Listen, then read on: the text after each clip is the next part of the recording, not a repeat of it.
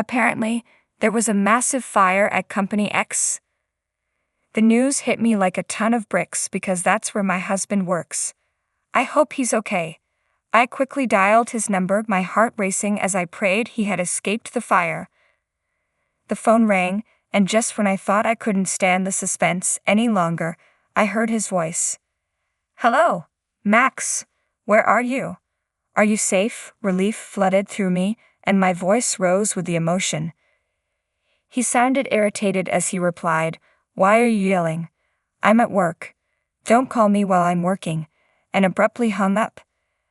At least he wasn't caught in the fire, but something about his tone seemed off. My name is Mona, and I'm 32 years old. I'm a nurse and my work has always been a central part of my life. I got married 3 years ago, just before I turned 30. I was fortunate to marry in my 20s, if only just. I met my husband, Max, through a mutual friend. We clicked instantly and have been enjoying married life in his company housing.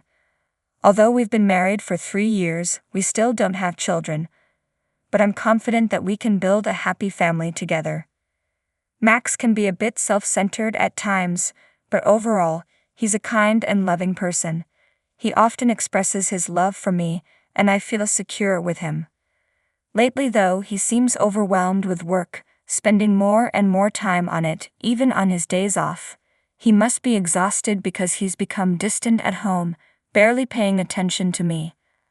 After dinner, he usually collapses on the sofa in front of the TV, though he doesn't seem to watch it.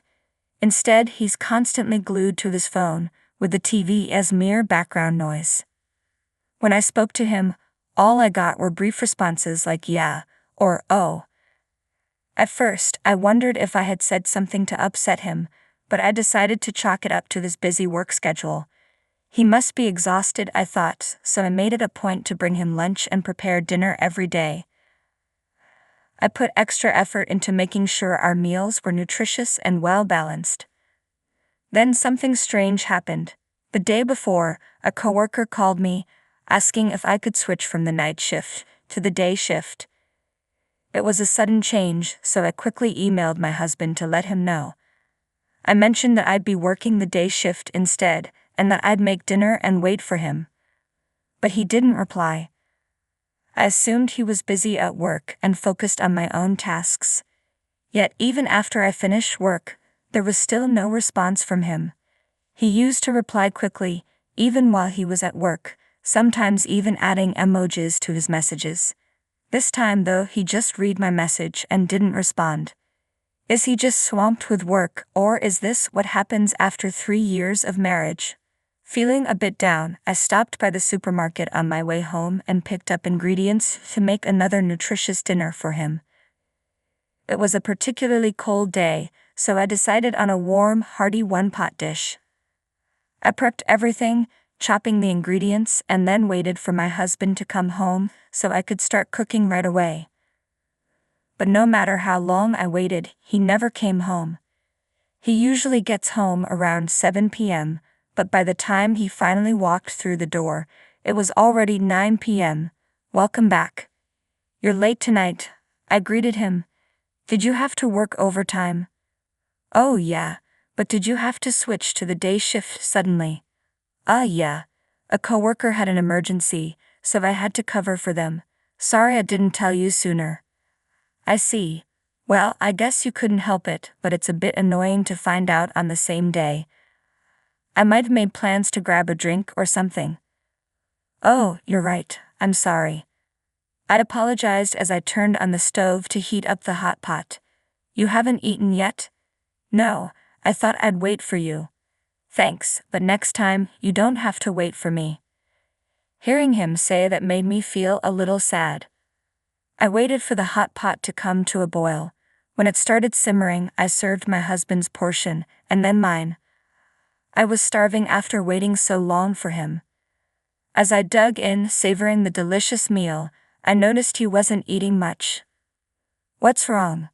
You're not eating much?" I asked, concerned. He seemed a bit flustered and replied, "Oh, yeah."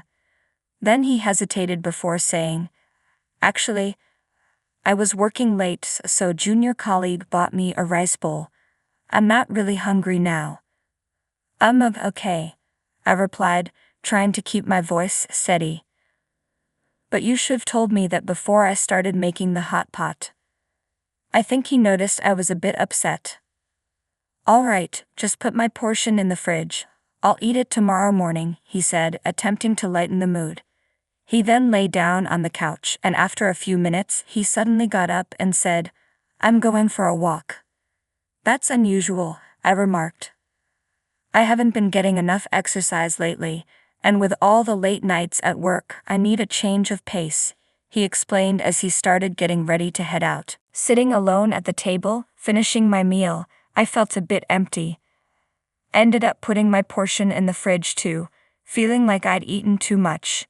We hadn't spent much time together lately, so I decided to join him for the walk. But he refused, saying it wasn't good for me to move around right after eating.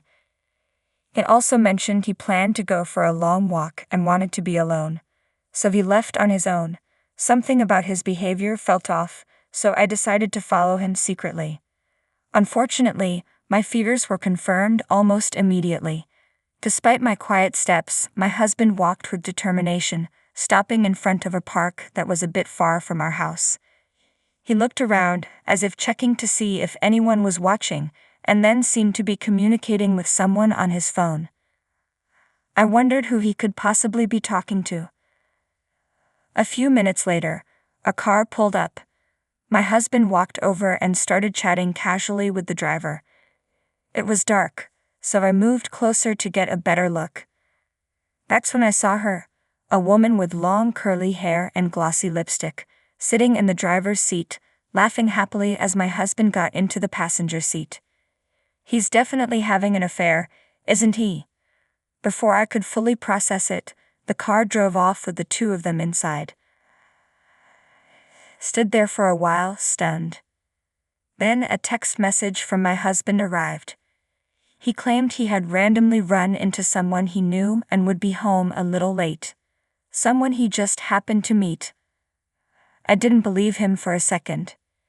He had said he wasn't hungry, yet it was past 2 a.m. when he finally came home. He didn't even notice that I was awake. He seemed tipsy and went straight to the kitchen for a glass of water. After that night, he'd often worked overtime, conveniently only when I was on the day shift. We already had a hard time aligning our days off, but now it seemed impossible. Yesterday, he worked late, and today he claimed he had to work on his day off too. But is it really work? Or is he meeting that woman I saw? I couldn't stop thinking about it. I went online and started searching for information about detective agencies. Before I knew it, I had submitted an investigation request to the most reputable one I could find. I felt guilty for going behind his back, but I reasoned that if nothing suspicious was found, I could finally put my doubts to rest and trust him again. Waiting for the investigation results was agonizing. My husband remained as distant as ever, and every time, even as I saw his face, I couldn't get the woman out of my mind. I needed clarity, and soon. Then something unexpected happened. It was Saturday and I was busy with my day shift as usual. My husband was also working, despite it being his day off. I tried to focus on my tasks, thinking that since we were both occupied with work, I could push those troubling thoughts aside for now. Suddenly, I heard the distant wail of fire truck sirens. They grew louder and closer, and just when I thought they would pass by, more sirens followed. It wasn't just one fire truck. There were 2, 3, maybe more. This had to be a serious fire nearby. A sense of unease settled in my chest. 2 of my colleagues who had been in a hospital room returned, their faces grave. They were discussing the fire. "Do you mean the fire nearby?" I asked, trying to piece things together. "Yes, that's right," one of them confirmed. Apparently, there was a big fire at Company X. In that moment, it felt like I'd been struck on the head with a hammer. Company X was where my husband worked. I quickly explained the situation to my colleagues and rushed to call my husband to make sure he was safe. Please be okay, I thought as I dialed his number. Even though we hadn't been talking much lately, I still saw him off every morning when he left for work. I prayed that he had managed to escape the fire. The phone rang, and finally, I heard his voice. Hello, Max. Where are you? Are you safe? I asked, relief flooding my voice. He seemed annoyed. Why are you talking so loud? I'm at work. Don't call me while I'm working, he snapped and then abruptly hung up. At least he wasn't caught in the fire, but something about his response felt off. How could he be working when there was a fire and multiple fire trucks on the scene? It didn't add up. And why was he so cold when I was just trying to check on him? Anger started to build inside me. Had he been using those morning goodbyes as an excuse to meet another woman all this time? I made a decision then and there. I was leaving him. As soon as I got home, I started packing my things. When I checked the mailbox, I saw that the results from the detective agency had arrived. That sealed it. I was leaving with the truth in hand. My parents came over to help me pack, and the moving company was on its way. Had my things moved out immediately. My husband didn't seem to have any idea that I knew the truth. He didn't even contact me that night, which only confirmed my suspicion that he was with his lover the entire time. I packed up most of the furniture and appliances I'd had since my single days. The room was nearly empty, stripped of any trace of my life there. As I stood in the deserted space, I realized I had no lingering attachment to this house or the life I had led within it. Moved my belongings to my parents' house and immediately started searching for a new place to live on my own. It wasn't until the next day that my husband finally called. Hey, what's going on? Most of your stuff is gone. Of course. Moved out. What? What the hell were you thinking? When are you coming back? What about my meals? The house chores? His questions left me stunned. That's all he cared about. Talking to him reminded me of the fire at his company. He wasn't at work. He was with his affair partner instead. The anger that had been simmering inside me flared up again. Why didn't you get another woman to take care of that? Huh? What are you talking about? You were with a woman named Linda yesterday, weren't you? What? No, I was working at the office. Oh, really? So how long did you work yesterday? It was a busy day. Even though it was my day off, I worked late into the evening. I see, I said coldly. That's why I was so surprised when you moved out. Why don't you stop lying already? Huh?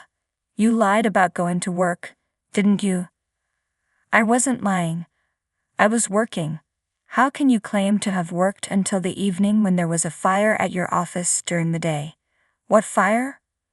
When I called you, several fire trucks were dispatched to your company to handle a blaze. I called to make sure you were okay. You told me not to call while you were working, acting like there was no fire at all. Well, and I have evidence of your affair from a detective agency. You can't deny it. His voice faltered. Oh no. You'll need to deal with my lawyer for any further correspondence. I'll be pursuing alimony. He pleaded repeatedly for my forgiveness, but my feelings had long since dissipated. I'm sorry, but there's no way to fix this. I'm hanging up now. Wait. I proceeded with my lawyer and demanded both a divorce and alimony. The divorce was finalized with all the evidence solidly backing my claims. My husband and his affair partner paid a fair amount in alimony. It turned out his partner was a junior colleague from his workplace. News of their affair quickly spread through the company, especially during such a dramatic time. Their actions during the fire only added to the negative sentiment among their colleagues, leaving them both facing a lot of shame and cold stares. They truly deserved it.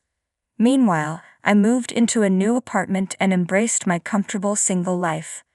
As a nurse with a stable job, I'm taking my time and not rushing into a new relationship. I'm enjoying my own time and hoping to meet a sincere man when the time is right. Even though I discovered the affair unexpectedly because of the fire, It was bound to come to light eventually. He deserved every bit of it. Enjoy your single life as a nurse.